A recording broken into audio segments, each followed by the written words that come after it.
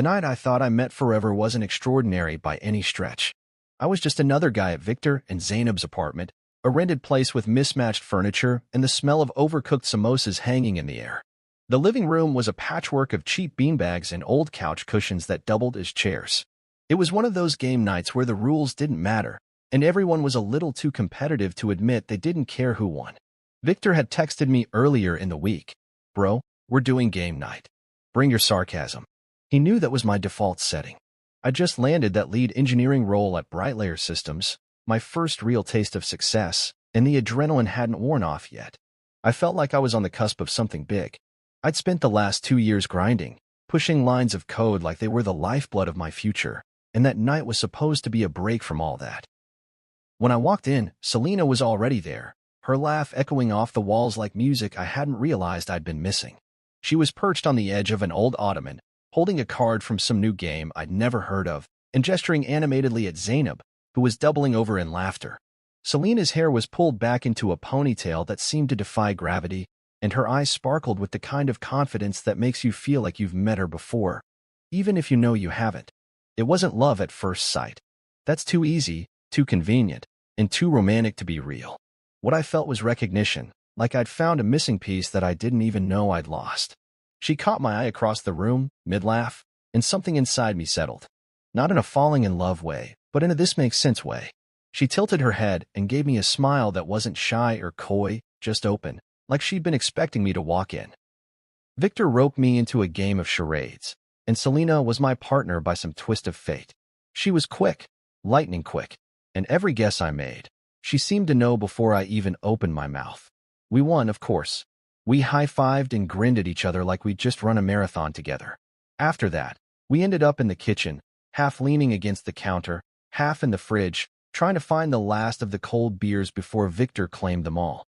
"Idris, right?" she said, her voice smooth like she'd practiced saying my name. "Yeah," I replied, the word catching a little in my throat. "Nice to finally meet you. Victor talks about you like you're some kind of wizard," she teased, rolling her eyes but with a softness that told me she was listening. "More like a wizard's apprentice," I laughed. "I'm still figuring it out." She grinned. "A humble wizard. Rare breed." I found myself telling her about my work at Brightlayer, how I'd just been promoted, how I was leading a team on a new project. She listened, really listened, nodding and asking questions that made me feel like what I did actually mattered. She told me about her job in corporate communications and how sometimes the hardest part was keeping a straight face during board meetings. The night blurred into more laughter, more games, more conversations that felt too easy. Every time I looked around, there she was, either talking to someone else or looking back at me, like we were orbiting the same sun. By the time people started gathering their bags and thanking Victor and Zainab for hosting, Selena and I were leaning against the same wall, our arms brushing like magnets. "Walk me to my car?" she asked, her keys jingling in her hand. "Of course," I said, and I meant it. The air outside was cool, the kind of Nairobi night that smelled like rain even when the clouds were nowhere in sight. We walked slowly, neither of us in a hurry to get to wherever we were going. "Can I confess something?" she said as we reached her car, an old Toyota with more character than chrome. "Anything," I said. She looked at me, her eyes serious for the first time all night. "You're different. I don't know what it is, but I feel like I've known you for a while." I wanted to tell her I felt the same way, but the words stuck in my throat like honey. Instead, I managed, "Yeah, me too." She leaned in and kissed my cheek, a soft, warm press of lips that sent electricity racing down my spine. "Good night, Idris," she whispered.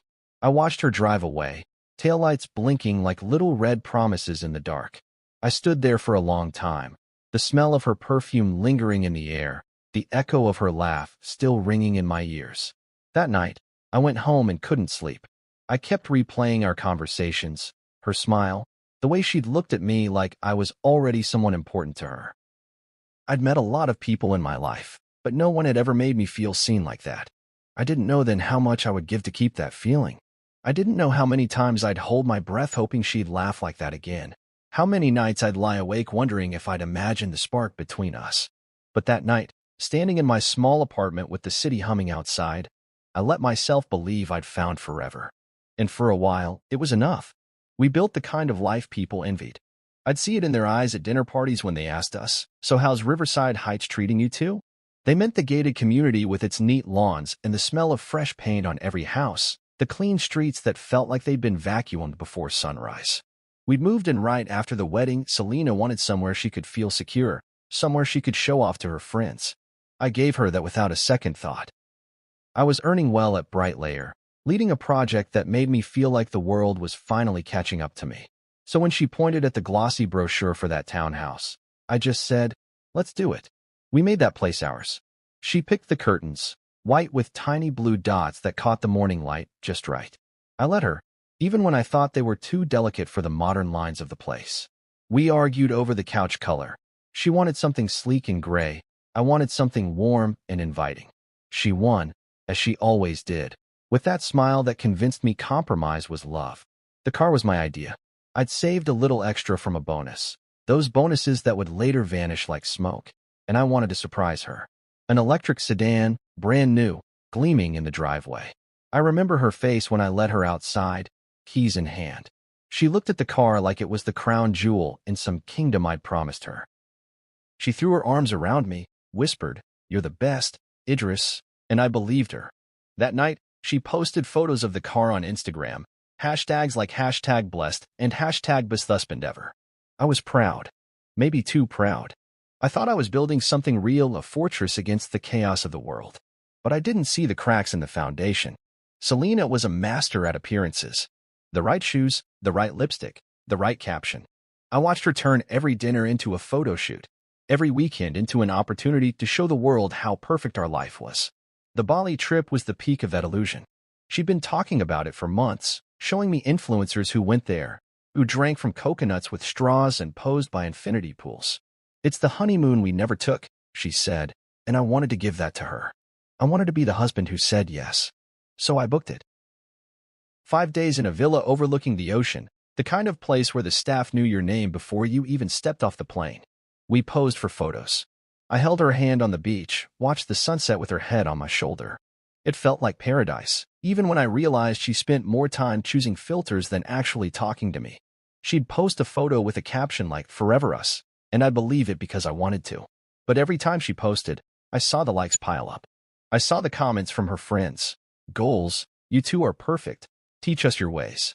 And every time I saw her smile at her screen, I wondered if the life we'd built was really about us, or if it was just a story she was selling to the world. My job made all of it easy. The salary, the perks, the bonuses. I was too busy writing code and managing teams to think about what was happening underneath it all. I thought we were investing in a future. I thought we were saving for kids, for travel, for retirement. But she was investing in the now, in the look of things. Every new thing I bought, every gift I gave, it was like adding another layer of polish to the life she wanted the world to envy.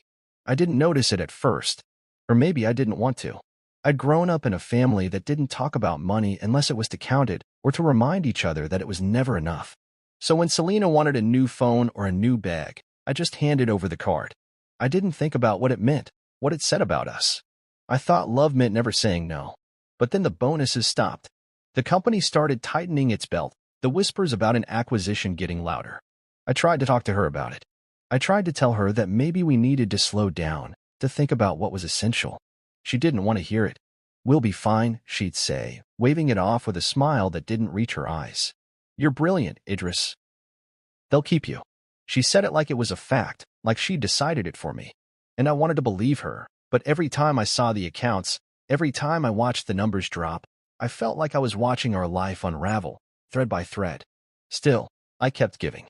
I kept buying. I kept building the illusion because I didn't know how to stop. I thought maybe if I just worked harder, it would all balance out. I thought love was sacrifice, and I was ready to sacrifice everything.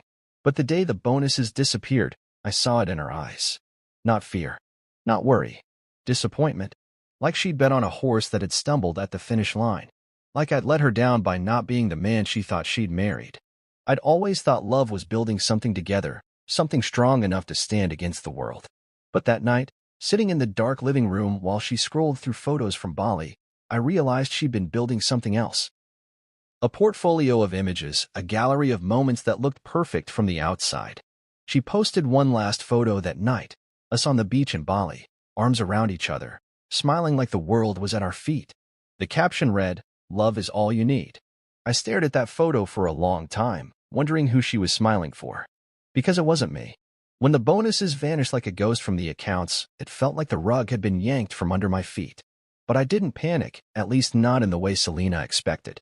I'd been at Brightlayer for years by then, and I knew how the company moved when things got tight. Department meetings with too many managers, emails with too many disclaimers. But I also knew what I had. Nimbus Sync wasn't just another protocol. It was mine.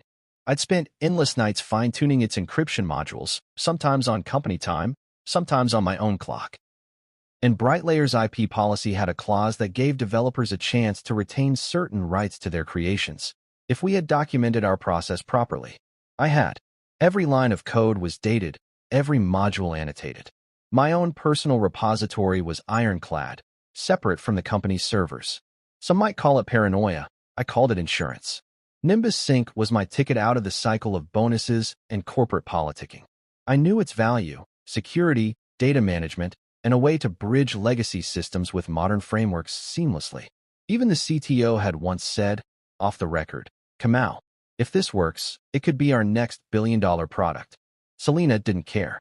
Not about Nimbus. Not about the hours I spent coding with the blinds drawn and coffee growing cold beside me.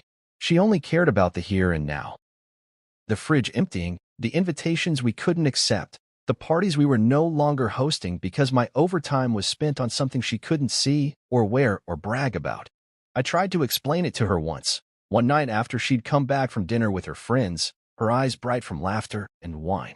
"Selena," I said, "Nimbus Sync isn't just a side project. If it takes off, it could change everything." She arched an eyebrow, the kind of look she'd perfected when she wanted to look both amused and unimpressed. "Prophet Idris," she said, drawing the words out like they tasted bitter. "Always waiting for a miracle while our fridge empties and our friends travel without us." Her voice dripped with a kind of disdain I hadn't heard before. I opened my mouth to argue, but stopped. Because what could I say to someone who didn't care about vision or sacrifice, only about now? It wasn't like I'd neglected her. I'd given her the townhouse, the car, the trips. I'd given her the life she wanted, even if I sometimes felt like a ghost in my own home. But she couldn't see the value in waiting for something to bloom. She wanted fruit now, not seeds. She mocked me for my patience, my belief that the future was something worth investing in. She called me Prophet Idris like it was an insult, like hope was something only fools carried. But I carried it anyway. I'd always been that way, even as a kid. I'd hold on to ideas long after everyone else had given up. It was both my curse and my salvation. Sometimes, late at night, I'd sit at my desk, the glow of the monitor painting my face, and I'd imagine the day Nimbus Sync would become more than code on a screen. I'd imagine it out in the world, revolutionizing how companies move data, making things safer, faster, better. I'd imagine the looks on their faces when they realized what I'd built. But in the living room, Selena's laughter would echo down the hall. Laughter that didn't include me, didn't need me. She'd be on the phone with one of her friends, Maya, probably talking about dinner reservations or the latest influencer collab she wanted to try. And in those moments, I'd wonder if she'd ever believed in me at all, or if I'd just been another item in her collection of status symbols. Brian, her younger brother, pulled me aside once at a family gathering, his eyes darting around like he was afraid she'd see. "Man," he whispered, "she's not who she used to be." I didn't know what to say to that, because I was starting to believe he was right. I tried to share my vision with her. I tried to make her part of it. But every time I opened my mouth to explain the potential, the market value, the architecture, her eyes would glaze over like I was speaking another language. One night, I'd stayed late at the office, tweaking a new security module I designed to make Nimbus Sync even more bulletproof. I texted her that I'd be home late. No reply. When I got home, the house was dark, the dinner table empty, her car gone. I called her. Straight to voicemail. I waited. Midnight came and went. The clock ticked like an accusation in the silence. She didn't come home until sunrise. I heard the garage door creak open. She didn't say a word, just tiptoed past me in the living room, where I'd finally fallen asleep on the couch. She didn't look at me, not even a glance. I didn't ask where she'd been. I didn't want to know the answer. After that, I stopped talking about Nimbus Sync. I stopped talking about the future. I stopped talking at all. I'd become invisible to her, unless I was disappointing her. I kept my head down at work, documenting every line, every update, every change. I worked late. I worked weekends. I poured everything into Nimbus because it was the only thing that still felt like mine.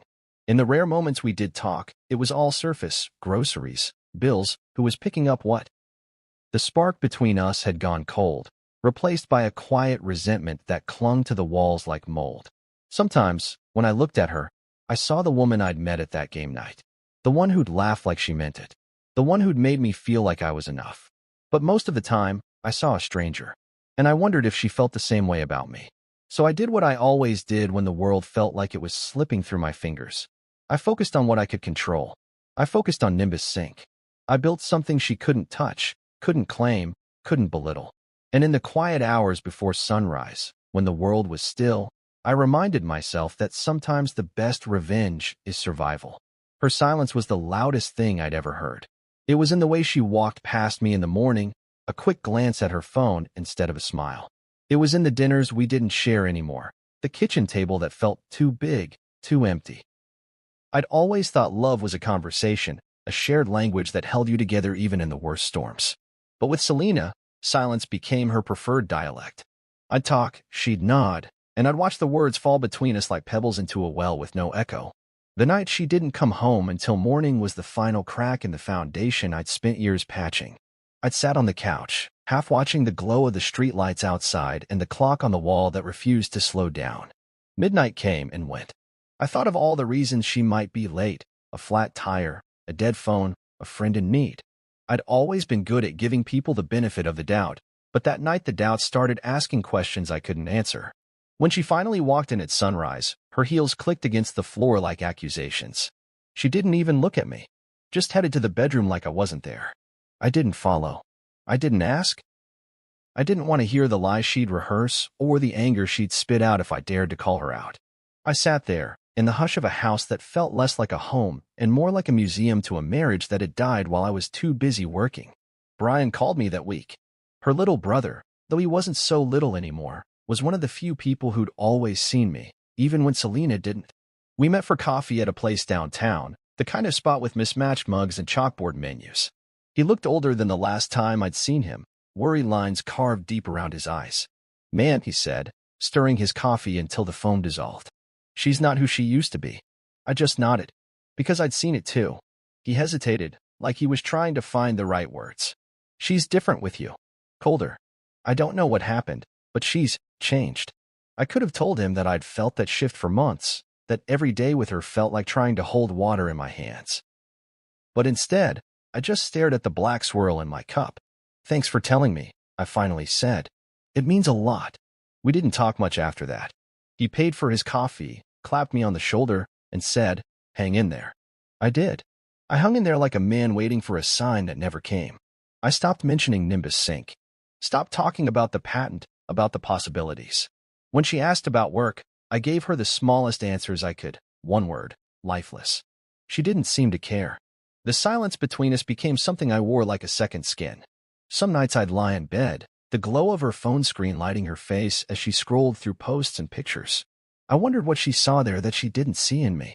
I wondered if she was picturing a life without me, a life where someone else filled the spaces. I'd close my eyes and remember the game night when we met. The way her laughter had felt like a promise.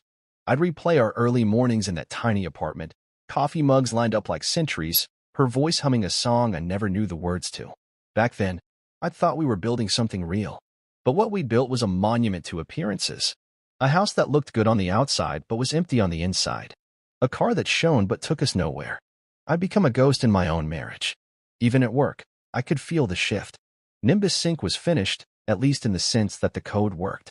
It was stable, efficient, a product that could change the way BrightLayer moved data. But every time I thought about telling Selena, I heard her voice in my head, that mocking tone she used when she called me Prophet Idris. I could see her eyes rolling, that smirk that said, "Another of your dreams?" So I kept it to myself.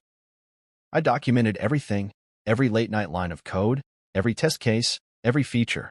I made sure no one could take it from me, not BrightLayer, not Selena, not even fate.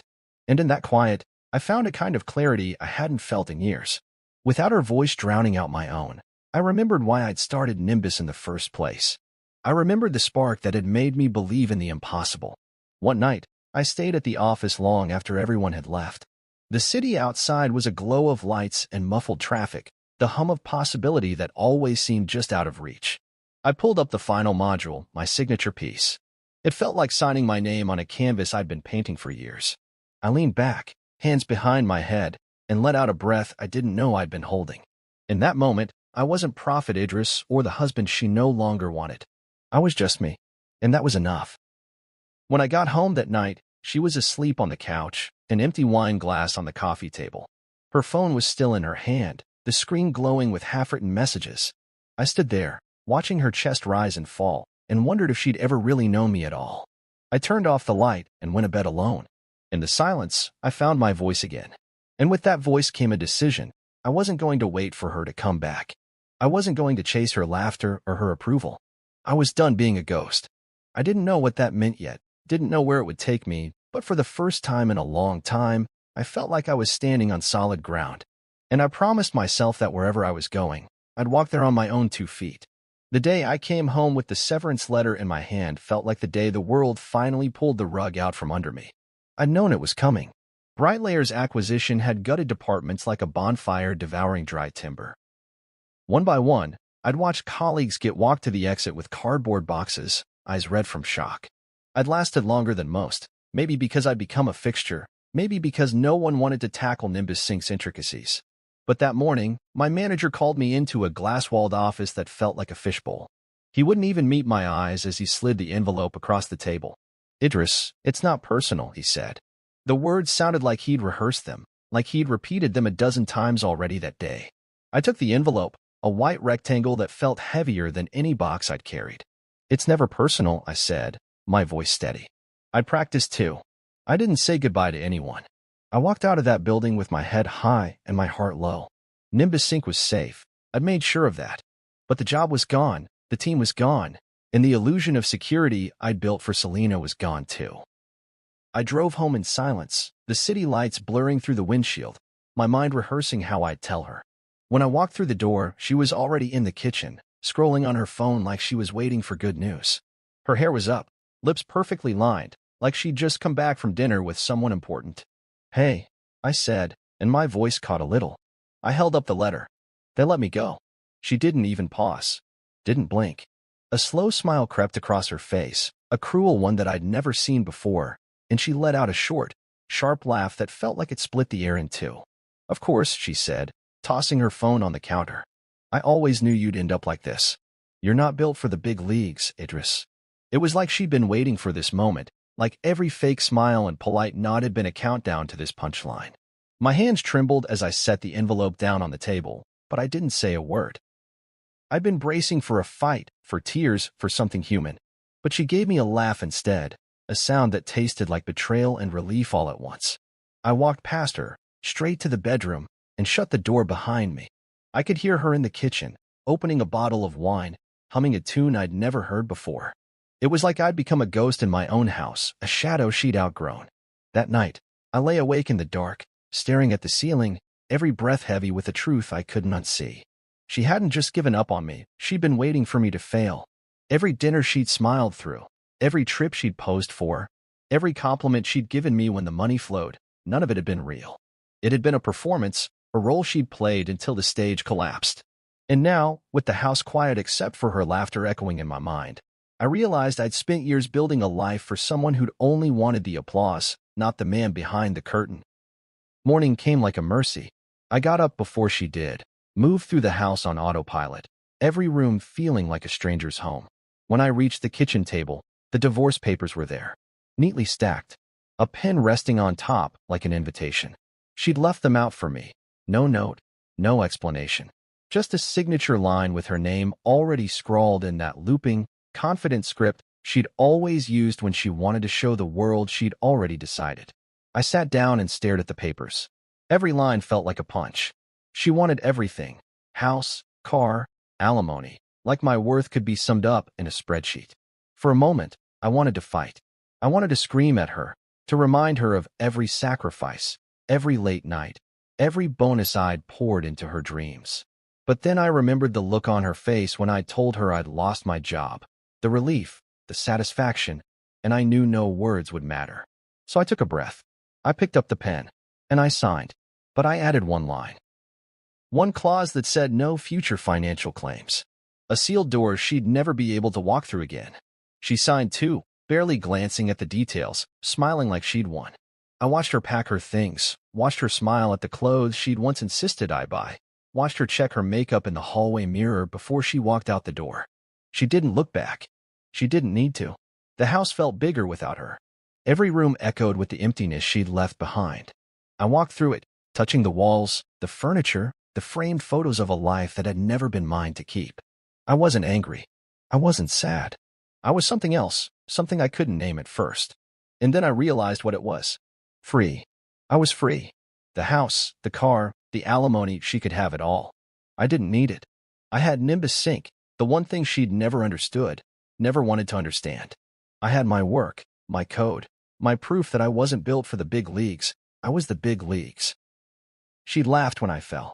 She'd walked away thinking she'd won. But she didn't know that sometimes the best revenge isn't winning. It's walking away with your head held high and your heart intact. I stood in the middle of the empty living room and closed my eyes. I let her laughter fade into the distance. And when I opened my eyes, I was alone. But I was also something else. I was enough. I left her world with a quiet exit. No last words, no social media posts, no calls to mutual friends explaining my side. I just packed up what I needed, my laptop, my notebooks, my collection of hard drives and patents, and walked away. It was the easiest thing I'd ever done, and also the hardest. The day I signed the final paperwork, she was already flaunting a new life online. Tarek. The name didn't even deserve the dignity of a last name. He was the kind of man who posed with rented cars and cheap watches, feeding an audience who believed every curated lie he sold. She was by his side now. Smiling, holding his hand at some influencer event, her ring replaced with a new one he probably couldn't even afford. I'd seen it all before. Shiny on the outside, empty in the middle. I used to think I could fill that emptiness for her, that my love, my work, my devotion could be enough. But I learned that you can't build a future with someone who's always chasing the next validation. So I let her have it. The house, the car, the illusion of winning. I gave her everything except the one thing she'd never understand. Nimbus Sync. While she posed for photos with Tarek, I laid low. I hired a quiet, lethal lawyer who specialized in IP protection and trust funds. We structured the sale in a way that would make even the most determined opportunist think twice. When Brightlayer's new executives combed through their archives and found Nimbus Sync, it was like discovering gold under a parking lot. They'd lost too many developers, too many projects to the acquisition, and now they needed something to prove their innovation hadn't dried up. They called my lawyer before they called me. A polite, clipped email. We'd like to discuss Nimbus Sync. The tone was all business, but I could feel the desperation under the surface. My lawyer, a soft-spoken man with a mind like a steel trap, negotiated with the patience of a chess master. Every clause, every share structure, every licensing term was scrutinized, rewritten, and scrutinized again. In the end, Brightlayer offered $80 million. The final amount, after taxes, after structuring, after all the legal wrangling, $67 million. Kamau Innovations Limited was born that day, a trust-owned LLC registered offshore, wrapped in so many layers of protection it would take an army of lawyers to find my name attached to it. That was the point. Not a cent touched my personal accounts. Not a cent could be claimed by a vindictive ex-wife. It wasn't just about the money. It was about the principle. It was about proving that my work, my vision, my sweat, and my sleepless nights meant something. That they were mine. That no one could just take them because they'd smiled at me once. I remember the day the funds landed in the trust. I was sitting in a small coffee shop near my lawyer's office, a single bulb above the table casting a warm glow on the paperwork. My lawyer slid the final documents across the table and said, "Congratulations, Mr. Kamau. You're officially a wealthy man." I didn't feel wealthy. I felt resolved. I thought about calling her, just to let her know. Just to hear the silence on the other end of the line. But I didn't. Some victories are better left unannounced. Instead, I walked out of that coffee shop into the bright afternoon light. The city felt different, like I was finally walking it on my terms. No illusions, no lies, no pretending. I was free, in a way I'd never been before. Selena would never know. Tarek would never know. They'd live their curated lives online, the hashtags, the fake smiles, the stories that started with, "I always believed in you." even when they hadn't. Let them have it. Let them build their empire of mirrors. I'd built something real, something that would last. Sometimes, late at night, I'd find myself scrolling through her new life, the photos of rooftop parties, of imported wines and carefully posed selfies. I'd wonder if she missed the way I'd look at her like she was the only one in the room. If she missed the safety of someone who'd always put her first. But then I'd close my phone, lean back, and remind myself that the only thing worth missing was the man I'd been before I met her. The man who believed love could conquer everything, even someone who never loved me back. I was him again, but stronger, wiser, a little colder, maybe. The day the money cleared, I went to a quiet restaurant I used to love. No reservation, no crowd, no photos. Just me and a plate of food that tasted like home. I sat at that table and raised a glass to myself.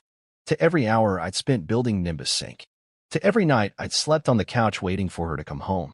To every laugh she'd thrown at me, thinking it would break me. It hadn't. In that restaurant, I made a promise to myself. I'd never let someone else define my worth again. I'd never let someone else's validation determine the value of my work or my heart. I'd learned that freedom isn't about running away. It's about walking away without looking back. The next morning, I went to the office, my office, Kamau Innovations Limited. It was small, just a 2-room suite in a shared workspace downtown. No fancy sign, no glass walls, no ping-pong table. Just a desk, a whiteboard, and a vision. I hired a small team, brilliant, hungry, and unafraid to fail. We weren't building for likes or followers. We were building for the people who needed what we could make. I still think about that day sometimes. The day I realized I didn't need her to believe in me. I just needed me. And that was enough. 3 months later, the email from her lawyer hit my inbox like a bullet. It arrived on a Tuesday morning, just as I was reviewing a line of code with my junior developer, Maya, who had a knack for catching bugs I didn't see anymore. The subject line was straightforward, clinical, asset disclosure inquiry, Ms. Selena Mwangi. I clicked it open and read the first line. We have reason to believe Mr. Kamau withheld significant assets during the divorce proceedings and therefore request a formal review of the marital estate. I leaned back in my chair, letting the words wash over me. It wasn't shock. I'd been waiting for this since the day she signed the papers with that smug grin. She'd thought she'd won, but greed never stops at one victory. It always wants more. I called my lawyer. His voice was calm, measured. Mr. Kamau, this is a standard post-divorce fishing expedition. We'll respond formally, but let's talk through the details. I exhaled, a slow, measured breath. I'd spent too long letting her laughter echo in my head. Not this time. We scheduled a meeting that afternoon. I arrived early, the smell of stale coffee clinging to the air in the conference room. My lawyer laid out the letter on the table and pushed it toward me. She's alleging you hid assets during the marriage. Specifically, she wants a share of any post-divorce windfalls. I laughed. It was a quiet, controlled sound, more like disbelief than amusement. She thinks she can just dip into the well whenever she's thirsty, I said. He nodded. She's trying. But here's the key, Idris, the patent sold after the divorce. You developed it during the marriage, yes, but you retained the IP rights privately and sold it afterward. Legally, it's not marital property anymore. Plus, he flipped to the divorce decree, the one she'd signed so confidently. You had a sealed clause barring any future financial claims. I remembered that clause like it was yesterday. I'd insisted on it. She'd been so eager to sign, so ready to get to the finish line, that she hadn't even read it carefully. Her lawyer, some junior partner too busy thinking about his next client, had given it a cursory glance and said, "It looks fine." My lawyer continued, his finger tracing the lines of the decree like a roadmap. The judge will see this for what it is, a baseless claim. We'll file a motion to dismiss. I thought about her for a moment, her eyes gleaming as she signed those papers, her laughter echoing as I walked away. She'd thought she'd won. She'd thought she'd broken me. But you can't break what you don't understand. The hearing was set for 2 weeks later. I walked into that courtroom wearing my best suit, the same one I'd worn the day Brightlayer gave me my severance letter. I wanted her to see that suit and remember that day. That day she'd laughed at me. She sat across from me with her lawyer, a tall, thin man who looked like he'd walked off a reality show. She didn't smile this time. Maybe she'd started to realize that her games didn't work on me anymore. The judge, a stern woman with a gaze that could freeze a desert, flipped through the file with practiced precision. She read aloud the clause that Selena had signed. Her voice was like a scalpel. You gave up future claims, Ms. Mwangi, she said. That includes windfalls. Selena shifted uncomfortably in her seat. Her lawyer leaned forward, trying to salvage something. Your Honor, surely there's a good faith argument that Mr. Kamau's invention was conceived during the marriage and The judge cut him off with a raised hand. Counselor, let me be clear. The asset in question was sold after the divorce. The IP rights were clearly documented as separate property. Your client's claim is without merit. I watched Selena's face fall, that practiced confidence crumbling like a sandcastle. For a moment, I almost felt sorry for her. Almost. The judge turned to me. Mr. Kamau, do you wish to respond? I stood, my voice steady. No further response, Your Honor. The facts speak for themselves. She nodded and closed the file with a snap. Motion to dismiss is granted. Ms. Mwangi is hereby ordered to pay Mr. Kamau's legal fees in the amount of 14 million Nigerian nairas. Selena's eyes widened. Her lawyer's jaw dropped. I could almost hear her thoughts screaming. This isn't how it was supposed to go. I left the courtroom that day feeling lighter than I had in years. It wasn't about the money, though the legal fees would cover every invoice I'd racked up. It was about the truth, the validation that everything I'd done, every line I'd drawn in the sand, had been worth it. I walked past her in the hallway. She opened her mouth to speak, but I didn't give her the chance. I didn't need her explanations, her apologies, her tears. I just kept walking. Outside, the sun was bright, too bright, like the world was mocking me with its optimism. But I wasn't bitter. I was free. I went home that night and poured myself a glass of whiskey. I sat on my balcony, watching the city lights flicker like a constellation. I thought about the boy I'd been when I met her, the man I'd become while loving her, and the man I was now. She'd tried to reduce me to a footnote in her story, a failed husband, a forgotten chapter.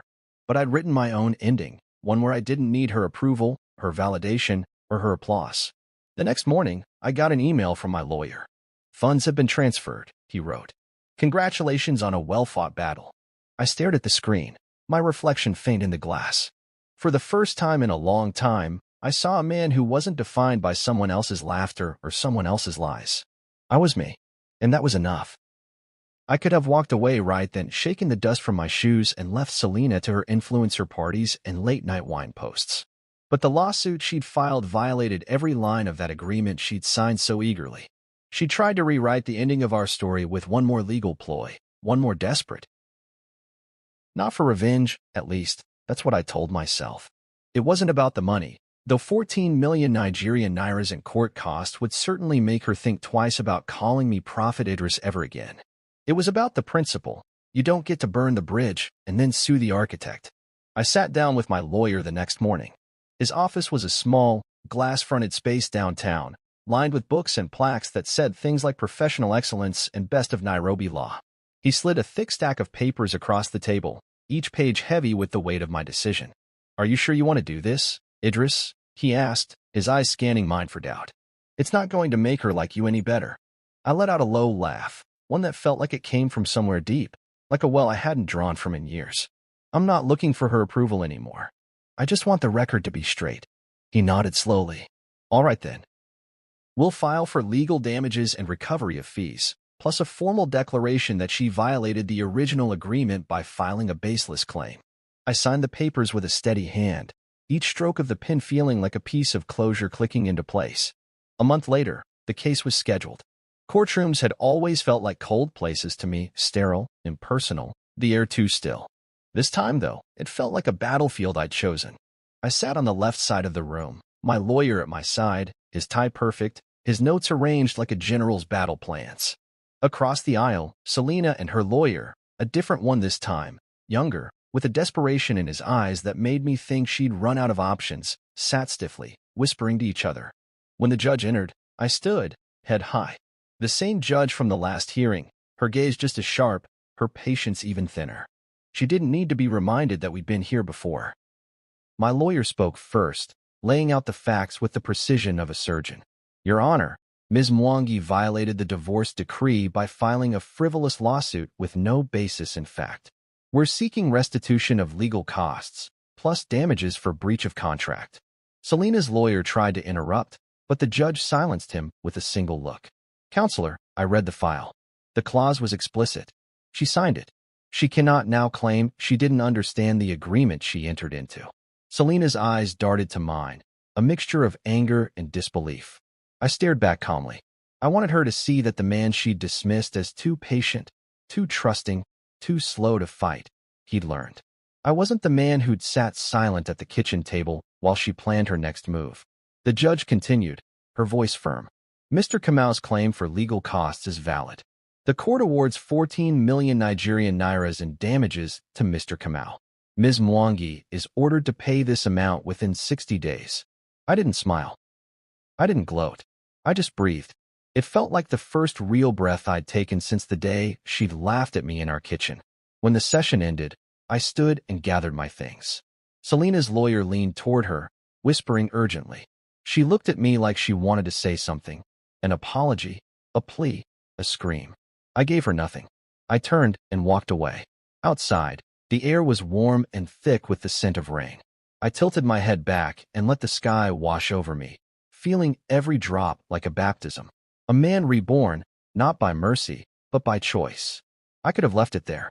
I could have let the money come and gone, let her live with the cost of her greed. But something in me needed the final word. Something needed to close the chapter on my terms. So I wrote her a letter. Not an email, not a text. A real letter, on paper that smelled faintly of cedar from the drawer I kept it in. I sat at my desk late one night, the city lights painting my walls with gold and shadow, and I let the words come. Selena, I wrote, thank you for walking away. I couldn't have done any of this with your bitterness echoing through my peace. Your silence was more valuable than your support ever was. I wish you all the joy you can find in a world that only sees you as long as you keep posting. But my world? It's different now. My world is built on truth, on code, on work that matters, and on people who see me for who I am, not just for what I can give. There's nothing left between us except this letter. I don't need a reply. I don't need forgiveness. I don't need closure. I got all the closure I needed when you walked away. Take care. Idris. I folded it carefully, placed it in an envelope, and left it with her lawyer's receptionist. She'd get it. She'd read it. And she'd know. 3 days later, my phone rang. Her name on the screen made my chest tighten, but I didn't let it show. I answered, voice calm. Idris, she said. Her voice was soft, uncertain, a tone I hadn't heard since the days we stayed up talking until dawn. I made a mistake, she said, her breath catching. Can we talk? For a moment, I let the silence stretch between us. I thought about all the nights I'd waited for her to come home, all the mornings I'd watched her smile at a screen instead of at me. I thought about every time she'd called me Prophet Idris, every time she'd laughed at the man I was. I exhaled, slow and steady. I'm not angry, Selena, I said. But I'm not curious anymore, either. Some bridges stay burned for a reason. She started to speak, but I ended the call. I set the phone down and looked around my small office, the one I'd built from the ashes of a marriage that had nearly destroyed me. My team was out there, working late, chasing dreams with the same hunger that had once driven me to chase hers. I realized then that the best part of this whole journey wasn't the money or the victory in court. It was that I'd found my voice again. The voice that didn't need her approval. The voice that knew my worth wasn't tied to anyone else's opinion. That night, I locked up the office, walked through the quiet streets of Nairobi, and watched the city lights blur into something almost magical. I felt the weight of every mistake, every betrayal, every lesson I'd had to learn the hard way. And I smiled. Because for the first time in years, I knew who I was. I was Idris Kamau. Not Prophet Idris, not her husband, not a man waiting for someone else to define him. I was my own story now. And that was enough. It took me a while to sit down and write that letter, longer than I'd expected. Even after the court victory, the severance pay, and the patent sold, I couldn't quite bring myself to put pen to paper. It felt final, like chiseling the last word into a stone that marked the grave of something I once thought would last forever. But one evening, as the sun sank behind the skyline and cast a gold glow across my small apartment, I pulled a sheet of thick stationery from my desk drawer and pressed it flat against the table. The city hummed in the background, muted by double-glazed windows, but my world felt quiet, like it had been waiting for me to finish this one last thing. The words came slowly at first. Selena, I began. Even writing her name felt like stirring embers I thought had gone cold. Thank you for walking away. I paused, letting that first sentence breathe, letting its weight settle into the page. It wasn't a letter for her, not really. It was for me. It was a door closing, a final note in a song that had played too long. I kept writing. I couldn't have done any of this with your bitterness echoing through my piece. Every time you doubted me, every time you rolled your eyes at my dreams, every time you called me Prophet Idris like it was an insult, it made me stronger. Your silence taught me to stand on my own. Your laughter taught me not to look for approval in the wrong places. The pen felt heavy in my hand, but the words felt lighter with every line. Your silence was more valuable than your support ever was. I remembered those nights, late dinners alone, her cold voice in the hallway, the smell of her perfume lingering in rooms she never fully shared. I let the memories wash over me, each one a lesson, a reminder of how far I'd come. I wish you all the joy you can find in a world that only sees you as long as you keep posting. I pictured her smiling next to Tariq, camera ready, hashtags ready, like she'd always wanted the world to see her from her best angle. I used to think I was part of that picture, that we were in it together. But I learned that sometimes you're just the man holding the camera. But my world? It's different now. My world is built on truth, on code, on work that matters, on people who see me for who I am, not just what I can give. I thought of my small team at Kamau Innovations, the young developers who called me boss but saw me as a mentor. I thought of Maya, with her sharp mind and easy laughter, who challenged my ideas without mocking them. I thought of the product we were building, not Nimbus Sync, but something new, something that would matter. There's nothing left between us except this letter. I don't need a reply. I don't need forgiveness. I don't need closure. I got all the closure I needed the day you walked away. I signed it simply. Take care, Idris. I folded the letter neatly, sliding it into an envelope that felt heavier than it should have. I wrote her name on the front, in my cleanest script. Then I stared at it for a long time, the way I used to stare at her when she walked into a room, hoping I could hold her attention for just a moment longer. This time, I didn't need her to look back. I dropped the letter off at her lawyer's office the next morning. The receptionist gave me a polite smile as she accepted it, oblivious to the weight it carried. I walked out into the Nairobi sun feeling like a man who'd set down a burden he'd been carrying for far too long. 3 days later, my phone buzzed. Her name lit up on the screen, the same name that used to make my heart race. I let it ring 3 times before I answered, calm and steady.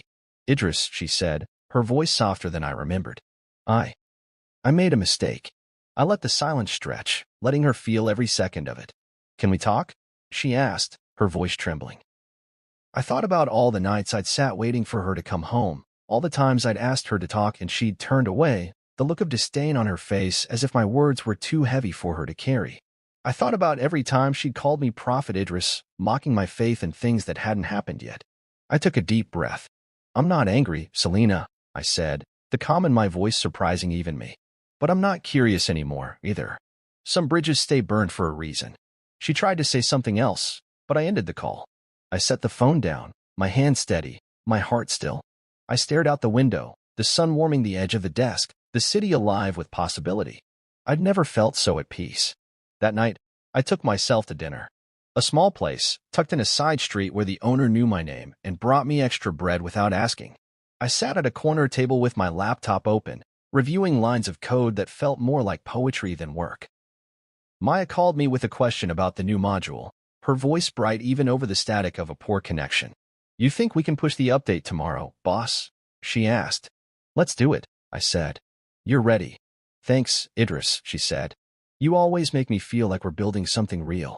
I closed the call and smiled, because we were. I thought about Selena and the life I'd left behind, about the laughter that had turned cold, the promises that had faded, the love that had withered like a neglected plant.